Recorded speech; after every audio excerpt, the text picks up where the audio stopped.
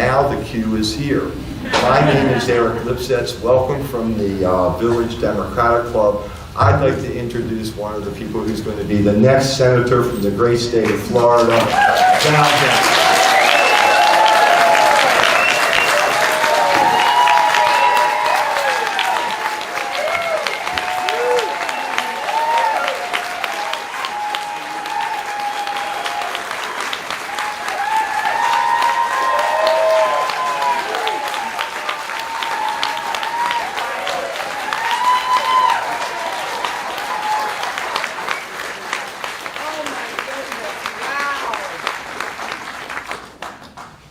Well, good afternoon, everybody.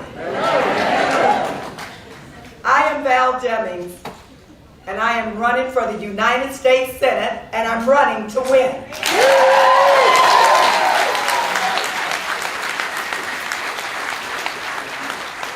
I cannot tell you how delighted I am to be back in the villages. When I ran in 2012, my first run, the villages, I had a couple of events up here, and you all welcomed me and loved on me and encouraged me. So see what you did? You brought me back for some more. I don't know if y'all heard, we have a little gang that has descended upon the villages. We're riding our motorcycles today. And look, let me just say this. You know, my greatest, I'm a former police chief, and you know how we are. You might not see my backup all the time, but backup is always in the room. And I gotta let you know, I have the greatest, baddest backup around. The former Orlando police chief, the former Orange County sheriff, now Orange County's mayor, my husband, Jerry Demings. Where are you? There he is back there in the corner, y'all. Yeah, give us some love.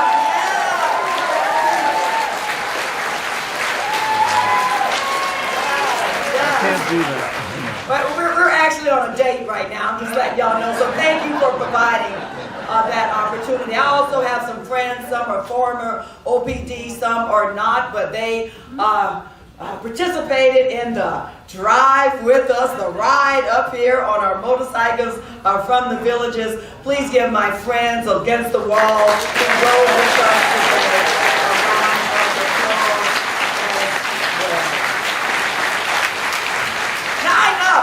Loving this room because I am so excited. Look, we're living in some strange times. That's a good word for it, isn't it? I'm running for the United States Senate, so I won't use the other language that I could. But we're living in some strange times, some difficult times. We've seen some weary days. But I didn't just come to bring you some bad news. I came to bring you some good news too. Election day is right around the corner. And with your help, with your steadfast commitment to the Constitution, to the rule of law, to protecting our democracy, with your help, I will be elected the next United States Senator to represent the great state of Florida. Your help, we will elect a Democratic governor, and we will elect Democrats up and down the ballot. You may wonder why during these strange and difficult days.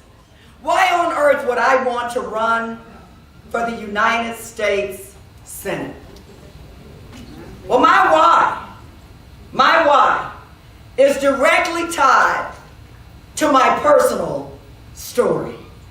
My personal story is an American dream story. Eric, thank you so much for helping to bring us together. Y'all let me pause and let's give him a round of applause as well. Thank you both. Dave, Eric, thank you both so very much. My why is directly tied to my personal story. I stand before you today as the daughter of a maid and a janitor. I used to watch my father go to work 7 days. Now, he wasn't on the 40-hour work week. He went to work 7 days a week to keep a roof over our head and food on our table.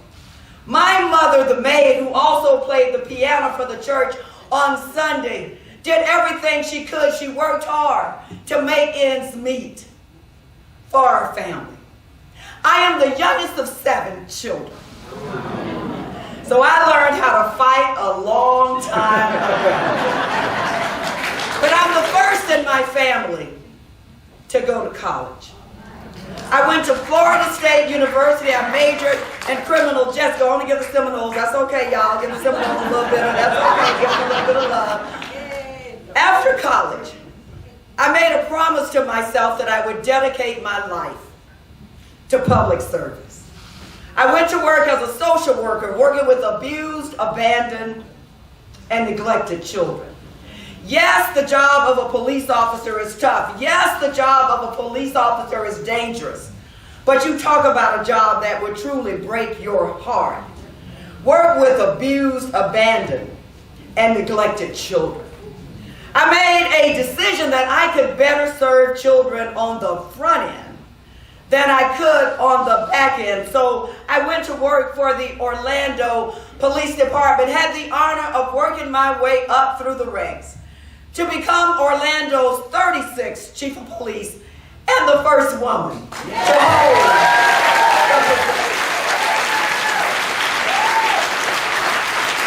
I was recruited to run for the United States House of Representatives. You all know I serve on the Intelligence Committee, the Judiciary Committee, the Homeland Security Committee. I chair the subcommittee on emergency preparedness, response, and recovery. I had the honor of serving as one of 7 impeachment managers in the first impeachment trial.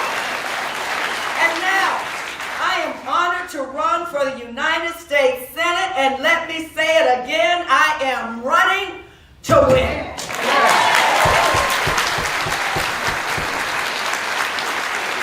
I'm on a mission. I am on a mission right now to my Delta sisters that are sitting in the audience, my friends. I'm on a mission to make sure that every man, every woman, every boy, every girl, regardless of who they are, the color of their skin, how much money they may have, their sexual orientation, sexual identity, or religion will have an opportunity to succeed.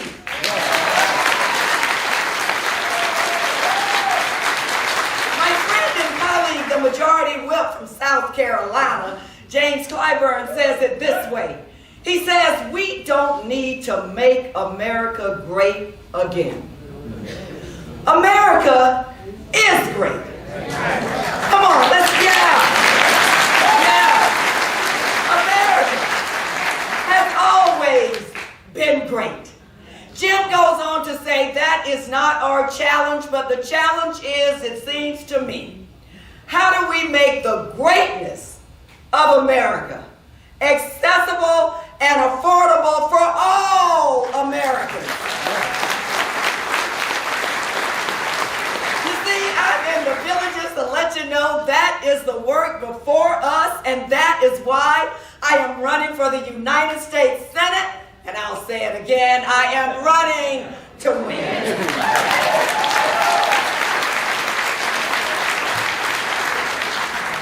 I was in the Capitol on January 6th.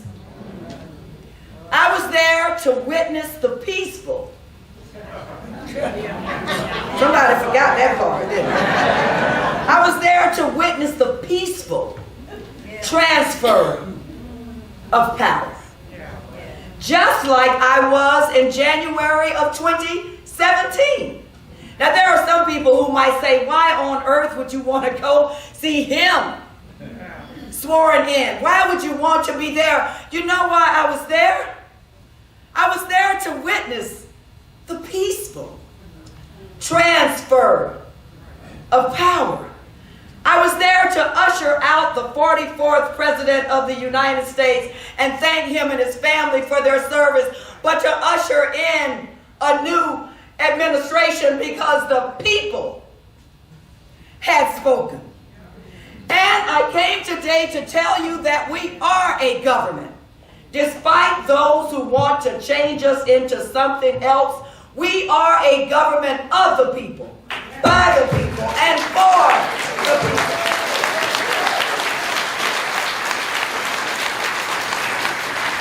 In 2016, while my girl did not win, I was disappointed. Yes, I shedded tears. But the people had spoken. And the voices of the people matter. I remember being in the Capitol in the House Gallery next to my colleagues and closest to my friend Lisa Blunt Rochester from Delaware. And Lisa looked at me as they were breaking the windows and breaking the doors and beating police officers. She looked at me and said, "Val, what do you think is going to happen?" I said, "Lisa, I'm not sure what's going to happen. I mean, my goodness, I don't think they're trying to break in to pat us on the back or shake our hands." I said, I don't know what's going to happen, but what I did know was if America is as big and bad as we say we are, if the Constitution, the rule of law, and our democracy mean anything at all, if we all die today, then another group will just come in and certify the electoral ballots declaring Joe Biden as the President of the United States and Kamala Harris as the Vice President of the United States. Why? Because the people have spoken. And we are, yes we are, despite what you're seeing through the January 6th hearings, despite the unbelievable narrative that ought to break your hearts, despite that, we are, I'll say it again, a government of the people, by the people, and for the people. Democracy is everything. It is that same democracy that allowed the daughter of a maid and a janitor to serve in the U.S. House of Representatives and now allow that same girl to run for the United States Senate. We can talk about health care. I really do believe that every person living in the greatest country in the world should have access to quality health care. Am I right about that? We can talk about Social Security and Medicare, because I'm going to tell you, when I'm ready to retire and move to the villages, look at my husband. He's like, well, I'm the mayor of Orange County. But when I'm ready to retire, I want to be able to retire with dignity and respect. Am I right about that? We can talk about education, because look, where you decide to send your children or grandchildren to school is a personal family decision. But we do know that the majority of Florida's children and the majority of America's children will go through the public school system, and we need to make sure that they are able to receive the best education possible.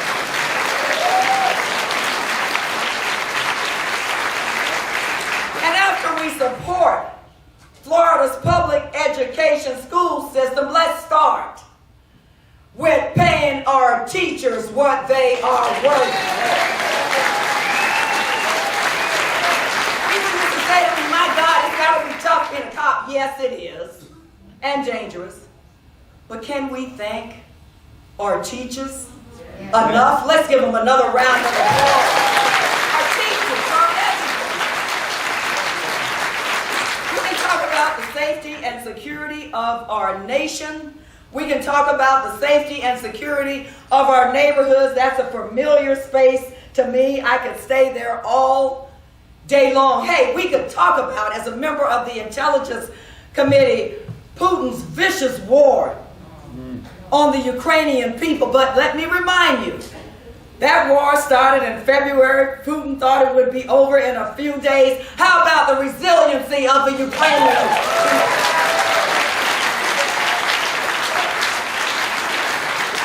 You know, I wouldn't leave the villages without talking about a woman's right.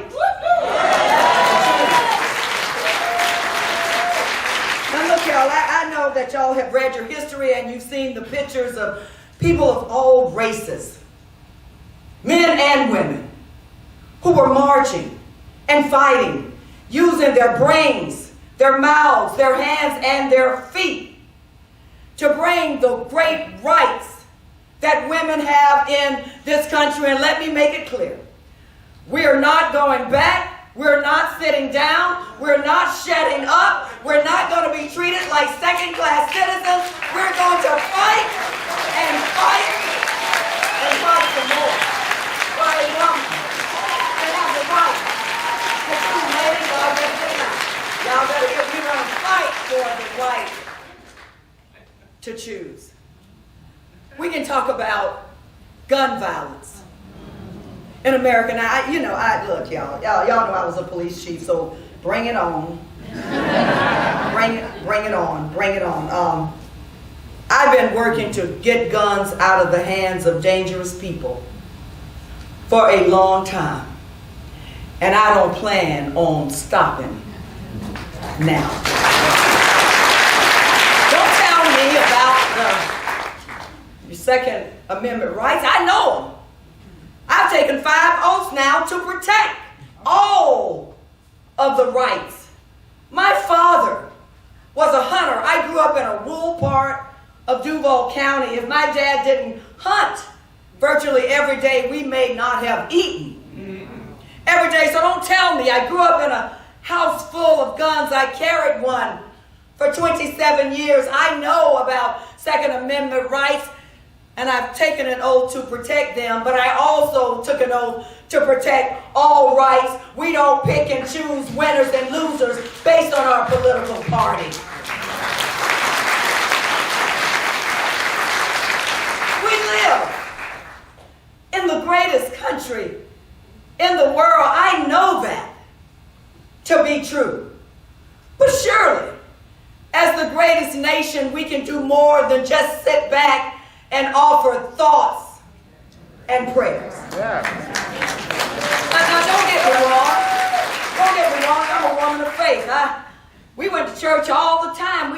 Lord knows on Sundays we were in church all day. My mother played the piano for the church, so y'all know. Do you feel my pain? Y'all know what we went through. I remember when I left home to go to college, and I said, "Oh, now comes the time. I'm not going to church. I'm just going to do my thing." Guess where I was on Sundays? In Tallahassee. Singing in the choir and ushering on the floor. But the bottom line is, as the most powerful nation in the world, surely, we can offer more than thoughts and prayers, because there's another scripture that says, faith without works is dead. Are we truly going to sit back and allow children to be murdered in their classroom? First graders, fourth graders, are we really going to sit back and allow high schoolers and watch the pain that their parents face every day because it's graduation time and they're not walking across, their babies are not walking across the stage because they were gunned down in an American classroom? Are we going to continue to watch worshipers, whether in church or synagogue, scramble for their lives?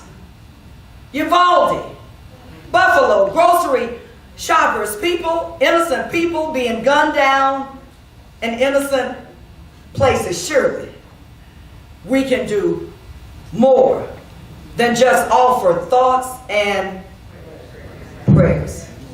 We're going to continue to fight the fight for sensible reasonable gun legislation. Let's start with universal background check. We can get this done. Let's start with red flag laws, so if a young person's having a problem, people who see that behavior can do something about it before the mass shooting.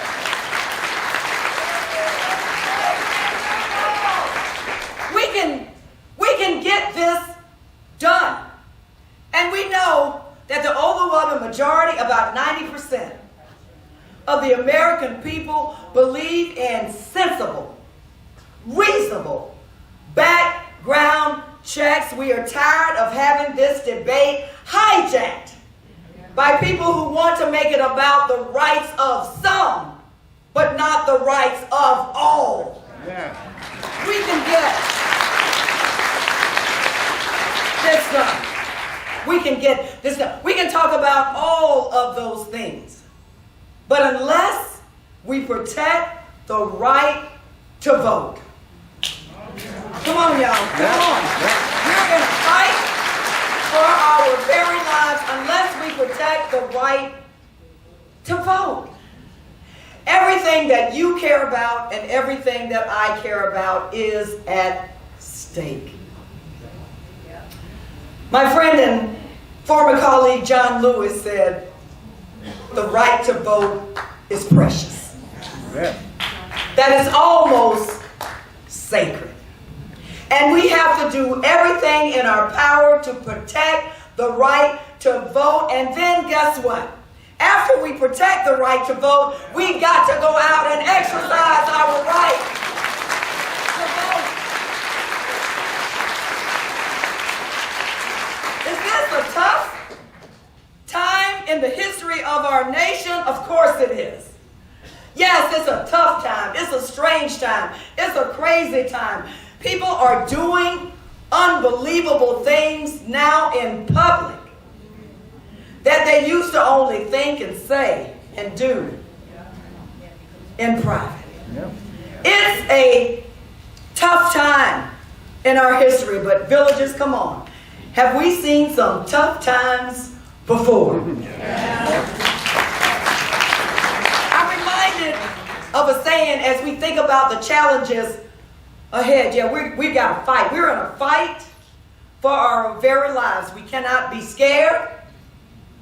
We cannot be weary. We can't be tired. We cannot be discouraged. We're on the brink of losing everything that men and women suffered, bled, and died for in this country. I'm reminded of the words of President John F. Kennedy as he was talking about space exploration, talking about putting a man on the moon. He defined it as climbing the highest mountain, but this is what he said: we will do this and the other things, not because they are easy, but because they are hard. Let's not forget who we are. We are the United States of America.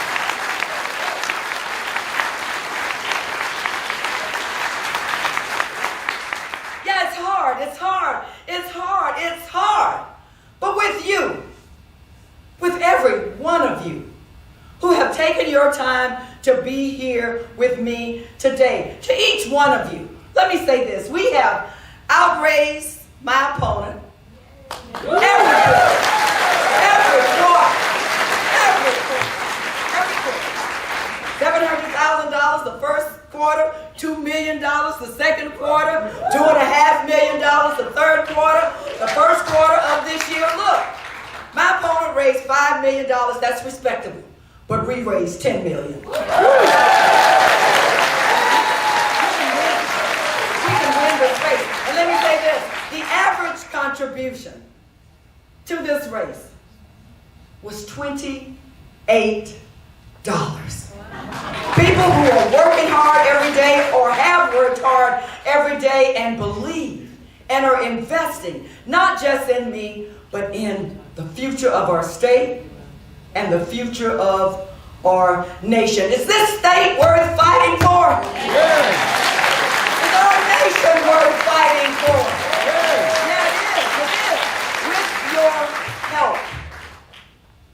help, with your time. You've given me that today. With your talent, get on the phone and tell somebody, call some people in both parties. Because everybody hasn't lost their minds. We need people, we do. Everybody has not lost their mind. We need people who believe in protecting the Constitution, believe in protecting the rule of law. We are a nation of laws, and believe in protecting our democracy. Use your talent and get on the phone and call somebody. And let them know that standing on the sidelines, doing nothing, but collecting money from the gun lobby is not good enough anymore for Florida.